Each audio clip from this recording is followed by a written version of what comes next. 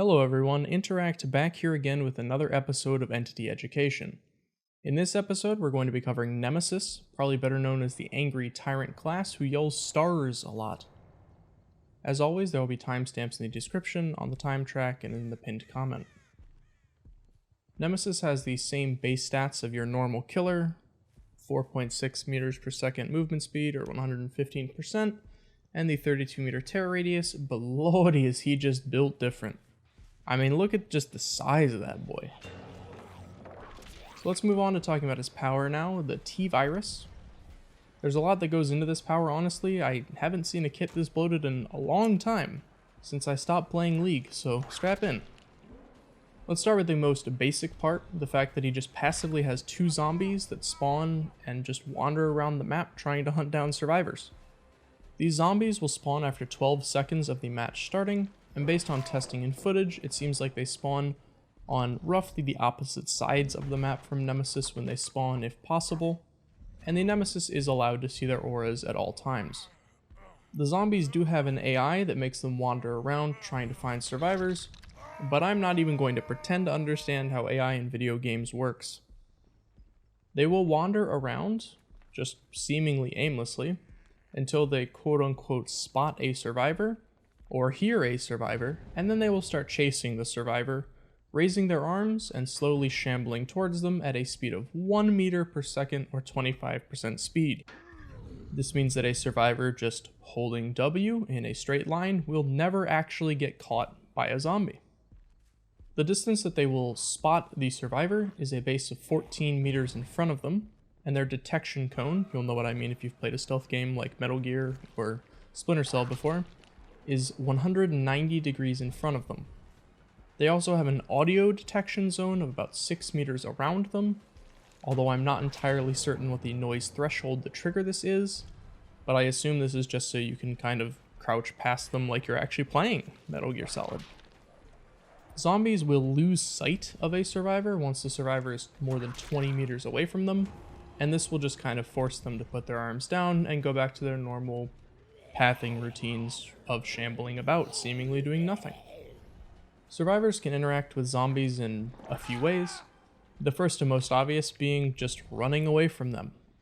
Zombies have pretty basic AI, and they don't really seem to understand how the nav meshes work, so they will get stuck on objects, and given their speed, looping them or getting away from them is so easy that my 4-year-old could do it. If a zombie chases a survivor through a fall, the zombie will get stunned for 3.43 seconds, don't ask me why that duration, after falling a distance greater than half of a meter, so basically any fall whatsoever. Survivors can also stop zombies in their tracks by blinding them with a flashlight, firecracker, or flashbang. This will stun the zombie for a base of 15 seconds, and apparently this is increased by blindness duration add-ons on flashlights, although I haven't personally tested it myself. After the duration of their stun is ended, they will go back to doing whatever it was they were doing previously. The other thing survivors can do is stunning them with a pallet or head-on, and much like Victor from the Twins, this kills the zombie. Zombies destroyed this way will take 45 seconds to respawn. So what is the point of these zombies, you might be wondering at this point? Well, if they catch a survivor, they will attack them, either contaminating them if they aren't already contaminated, or damaging them if they are contaminated. I'll cover what contamination actually is a little bit later on. Zombies only take 1.5 seconds to go through their full attack animation, and they have a 0.5 second cooldown after attacking a survivor, so if the survivor gets stuck on an object trying to run away, the zombies can kind of just chow down on them pretty easily. It also seems like the beginning of their attack animation is where the hurt box actually spawns, so it seems like they hit pretty quickly. So let's actually talk about the Nemesis himself now. Remember him? The killer? Yeah. He has a power that isn't just two AI zombies walking around and doing stuff for him. His main power is Tentacle Strike, and his minor power that's kind of an offshoot of Tentacle Strike is his different tiers of mutation. Tentacle Strike is what you would expect it to be. He has a tentacle that comes out of his left arm, and he can whip it forward to hit survivors. It does whip back and forth a bit after he uses it, although I'm not sure if it nay-nays or not, since I'm not even clear on what that even is. By pressing and holding down mouse 2 on PC, of course, you will ready your tentacle strike by having it slither out of your arm very disgustingly. This will take you 0.35 seconds before you are able to press mouse 1, PC again, to actually use the attack.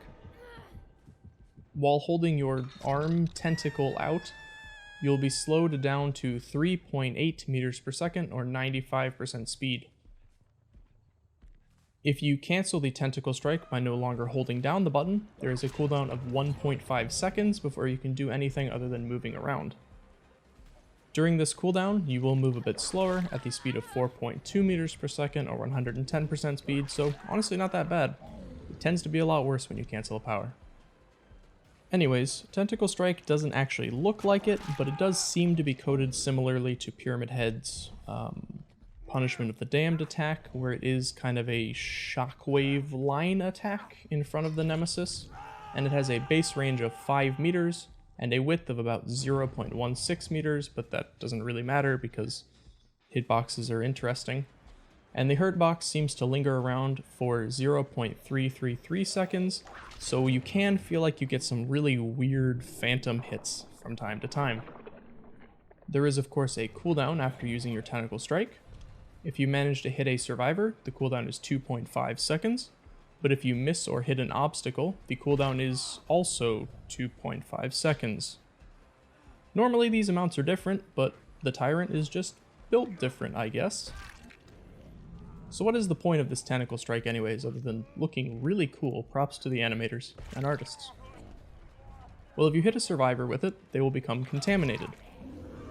All that contamination does is give them hindered for a fantastically made duration of 0.25 seconds, I'm not kidding, and gives them some really cool blue paint all over them, and they get some cool staticky blueness on the outer edges of their screen. As I said, their entire character model just kind of gets splatooned with blue, which is weird, but alright, I guess. Once a survivor is actually contaminated, your Tentacle Strikes will start to do a single damage state every time you hit them. Survivors do have a way of getting rid of this contamination, of course, by going to one of the 4 supply crates scattered around the map when the match starts to pick up a vaccine. Opening a supply crate will take a survivor 4 seconds to do by default, and if no survivor picks up the vaccine from the crate within 15 seconds of it opening, the crate just closes on its own because reasons. The vaccine does actually take up their item slot, which is kind of nice. They do have to drop their medkit to pick it up. A survivor can inject themselves or another survivor, and this will take 3 seconds to do, and once they have injected the tracking chip, they will give off a Killer Instinct notification for 3 seconds. Behavior is apparently just confirming that vaccines have chips in them? You'll have to buy my brain supplements before I'll actually tell you the truth, though. Jokes aside, contaminating survivors and using your Tentacle Slap on your own zombies will give you mutation points. You get 3 mutation from contaminating an uncontaminated survivor, and 1 mutation from hentai-ing a zombie or an already contaminated survivor. Once you reach 6 mutation points, you will advance into Tier 2. Once you reach Tier 2, your Tentacle Strike will now be able to break pallets and breakable walls. Once you get to 15 mutation points, you'll reach Tier 3, which will give you the ever-amazing power-up. Since it takes you so long to get to it, you will gain +1 meter to the range of your Tentacle Strike. Oh, did you think there was anything more to it? No, that's literally all Tier 3 does. With that disappointment out of the way, let's talk about the add-ons now. We start off at the common tier with Visitor's Wristband. This add-on will moderately extend zombie detection range.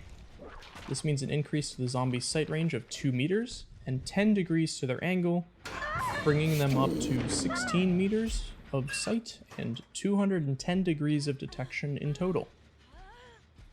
Next up is the Stars Field Combat Manual. Some very lengthy named add-ons on this one. The add-on will make zombies' auras turn yellow for 6 seconds after hitting a survivor. This means exactly what it says. Following that, we have Damaged Syringe.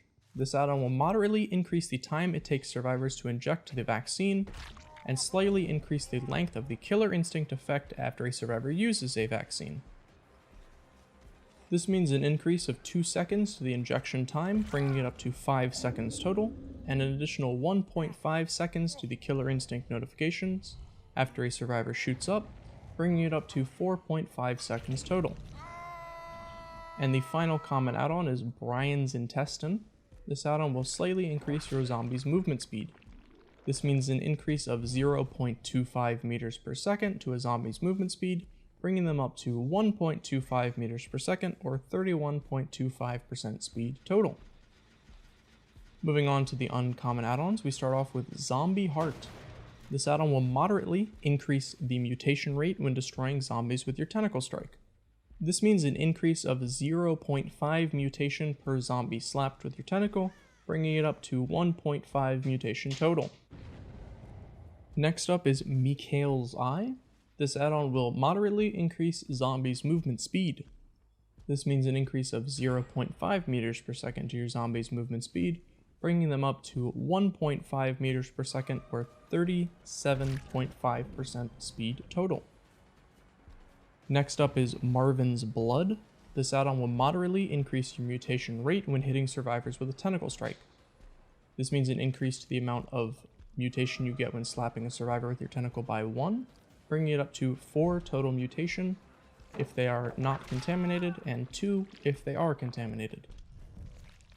Next up is Adrenaline Injector. This add-on will considerably increase the length of the killer instinct notification when a survivor uses a vaccine. This means an increase of 3 seconds to the killer instinct after a survivor finally gets their dose, bringing it up to 6 seconds total. And the final uncommon add-on is Admin Wristband. This add-on will considerably increase your zombie's detection range. This means an increase to your zombie's sight range of 4 meters and an additional 17.5 degrees to their detection angle, bringing them up to 18 meters and 225 degrees in total. Moving on to the rare add-ons now, we start with Tyrant Gore. This add-on will moderately increase your mutation rate when destroying zombies with Tentacle Strike and moderately decrease your zombies' respawn time. This means an increase of 0.5 mutation when you slap down a zombie, bringing you up to 1.5 mutation total, and a decrease to their respawn time of 5 seconds, bringing it down to 7 seconds total if you are the one to destroy them, or 40 seconds if a survivor is the one to destroy them. Next up is T-Virus Sample. This add-on will considerably increase the mutation rate when destroying a zombie with Tentacle Strike. This means an increase of 1 mutation to every zombie you beat up with your tentacle, bringing it up to 2 mutation per. Next up is Serotonin Injector. This add-on will grant you the undetectable status effect for 15 seconds when a zombie is destroyed. This does exactly what it says. Next up is Plant 43 Vines. This add-on will considerably increase the time of survivors opening supply cases. This means an increase of 4 seconds to their looting time, bringing them up to 8 seconds total. And the final rare add-on is a Slap in the Face, known as Licker's Tongue.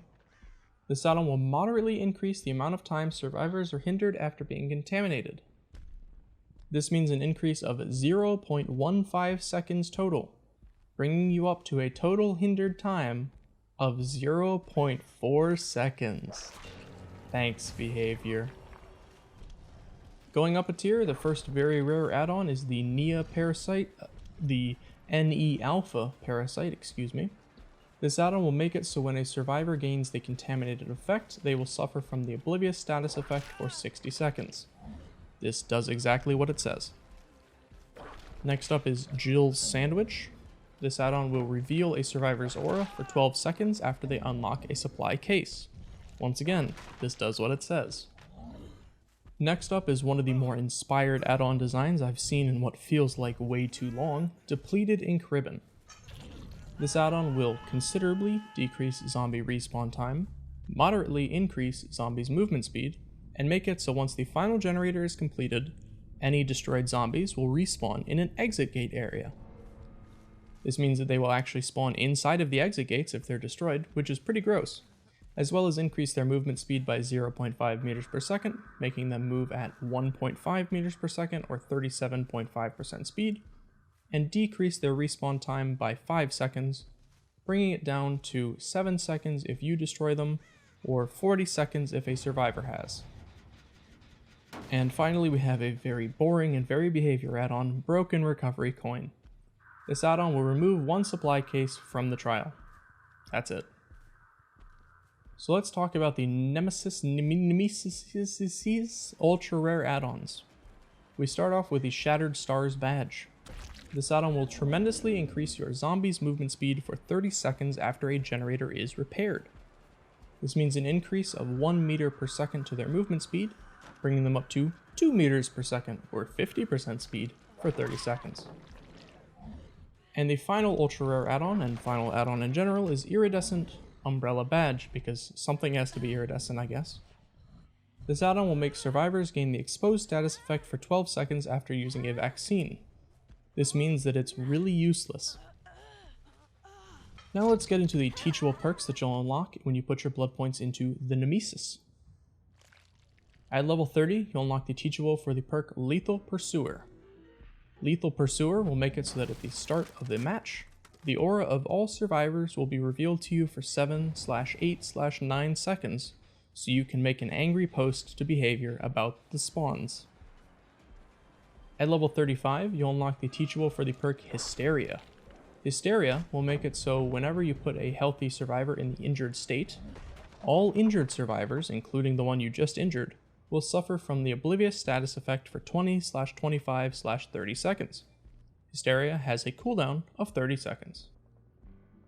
And finally, at level 40, you'll unlock the teachable for the perk Eruption. Eruption will make it so that after you kick a generator, its aura will become highlighted in yellow.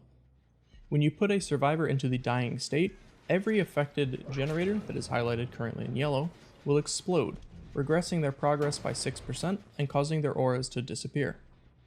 Any survivor who is currently repairing one of the highlighted generators that is affected by Eruption when it explodes will scream and suffer from the incapacitated status effect for 12/14/16 seconds.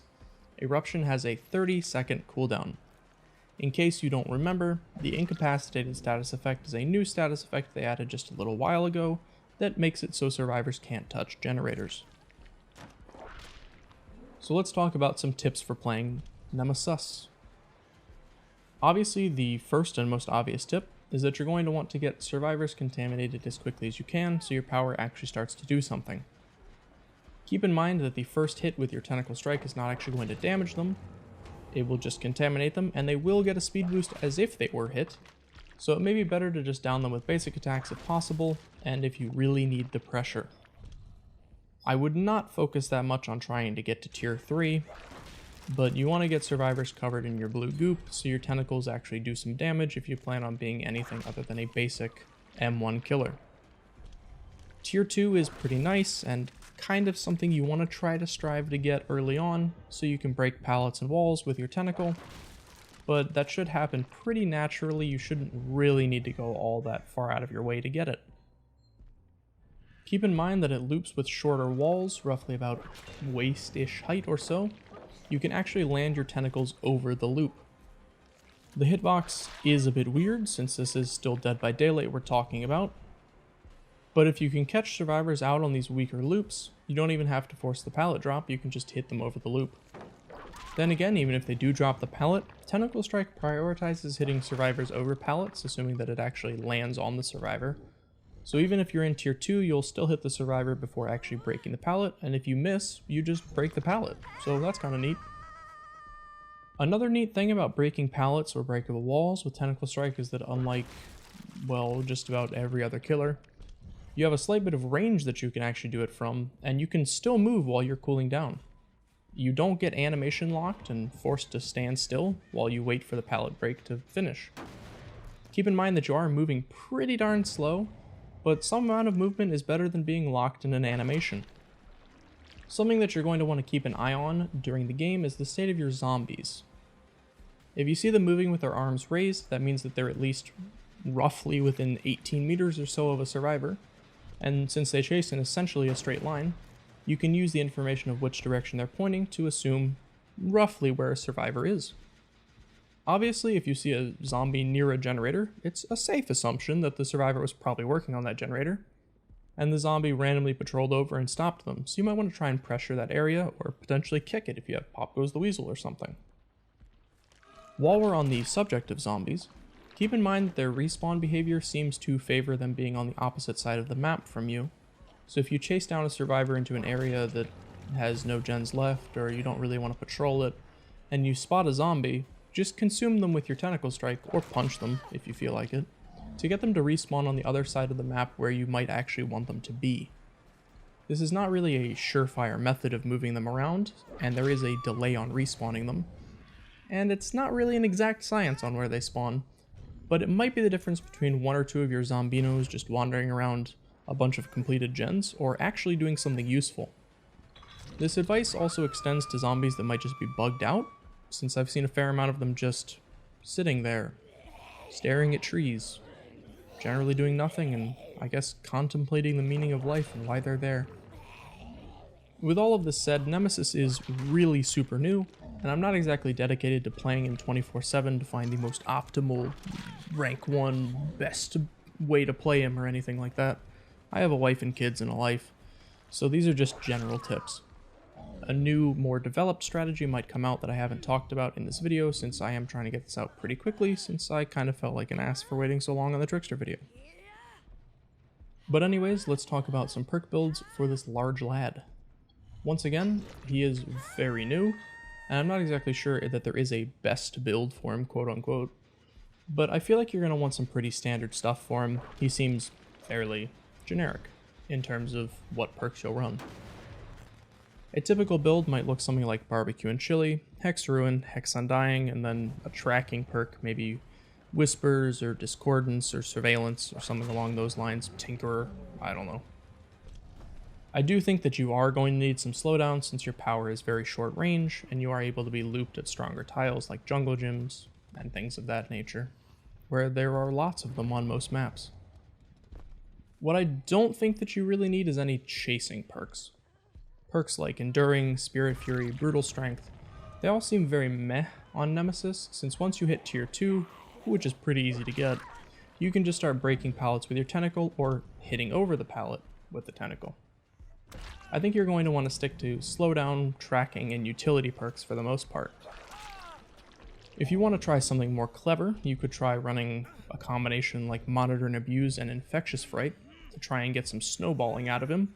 If you want to play a perk build other than Ruin Undying, because it seems like that's what about 99% of killer players are playing right now, and it's really boring. Just mess around with it, find a build you like, and just play it honestly. Who even cares about what the most optimal thing to do is anymore? The most optimal build, honestly, is just having fun. And everyone seems to just kind of forget that sometimes. So, I'm here to tell you that. Have fun. Speaking of fun, let's move on to some meme builds for Nemesis. Finally, Behavior threw me a freaking bone and made some add-ons I can work with. Feels like it's been ages. The first meme build is Surprise, motherfucker. For this build, it's all about endgame, and abusing the add-on Depleted Ink Ribbon. That's the add-on that makes your zombies spawn behind exit gates once all the gens are completed, in case you've forgotten. For your other add-on, you might want to bring Tyrant Gore to make them move just a little bit faster and respawn faster as well. For perks, you're going to want to bring a whole host of endgame perks. So something along the lines of Blood Warden, Remember Me, maybe No Way Out or Noed, Bitter Murmur, I don't know.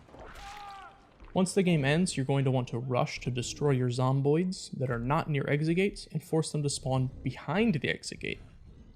Then hopefully you can get a hook, activate your Blood Warden, and hope that your zombinos and or your perks will net you some free kills and some angry after-game messages.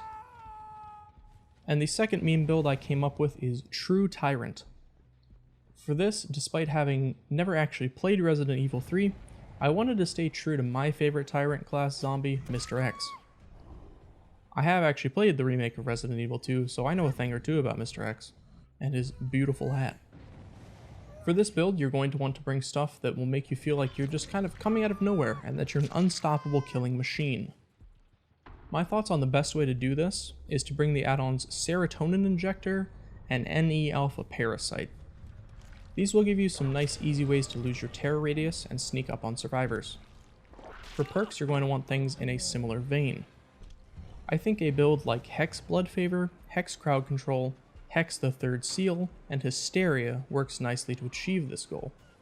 This way you have a lot of ways to just drop your terror radius and mess with the survivors' heads, and even mess with their vision a little bit. You even get to mess with their looping ability through Crowd Control and Blood Favor, so they might feel like they literally just have no way of escaping their impending doom. It's a little heavy on Hex perks, and those seem to die pretty quickly these days, but it's the thought that counts, right? And that's it for this episode of Entity Education covering Nemesis, which I will pronounce properly now.